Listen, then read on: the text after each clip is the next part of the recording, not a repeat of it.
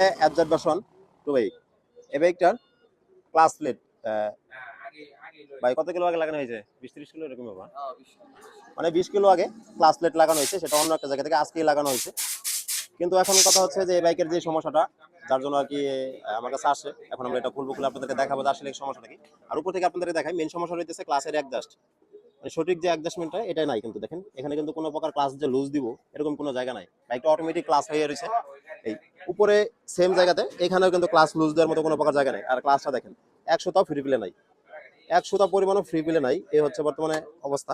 এটা মাত্র আহ, অল্প কিছুক্ষণ আগে ক্লাস প্লেট লাগাইছে, যেটা এখানে 20 কিলো আগে ক্লাস প্লেট লাগানো হয়েছে। কিন্তু এখন বাইকটা ভারী চলতেছে, মানে গাড়িটা টান উঠতেছে না, গাড়িটা অনেক ভারী আর ক্লাসটাও প্রচুর টাইট। এই সমস্যার জন্য আসছে।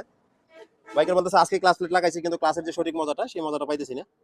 এর জন্য যখন আমরা ক্লাসটা অ্যাডজাস্ট করতে যাই, তখন দেখি যে অ্যাডজাস্ট করার মতো কোনো প্রকার মানে ফ্রি প্লে যে থাকে সেই জায়গাটা নাই।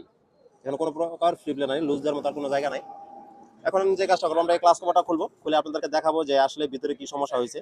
আর এই ক্লাসের যে অ্যাডজাস্টিংটা, আপনারা যারা আর কি বাইকের কাজ করেন অবশ্যই চেষ্টা করবেন এই ক্লাস কভার ফিটিং এর আগে, মানে ক্লাস কভারটা লাগানোর আগে ক্লাসের সঠিক অ্যাডজাস্টমেন্ট উপরে উপরে এবং নিচে এই দুইটা জায়গাতে সঠিকভাবে যাতে অ্যাডজাস্টমেন্টটা থাকে সেটা খেয়াল রাখবেন। তারপরে এই কভারটা লাগাবেন। এটার ভিতরেও আরেকটা অ্যাডজাস্ট করার মতো জায়গা আছে, নাট আছে, যেটার মাধ্যমে আমরা খুব ইজি ভাবে এই ক্লাসের অ্যাডজাস্টটা করতে পারি।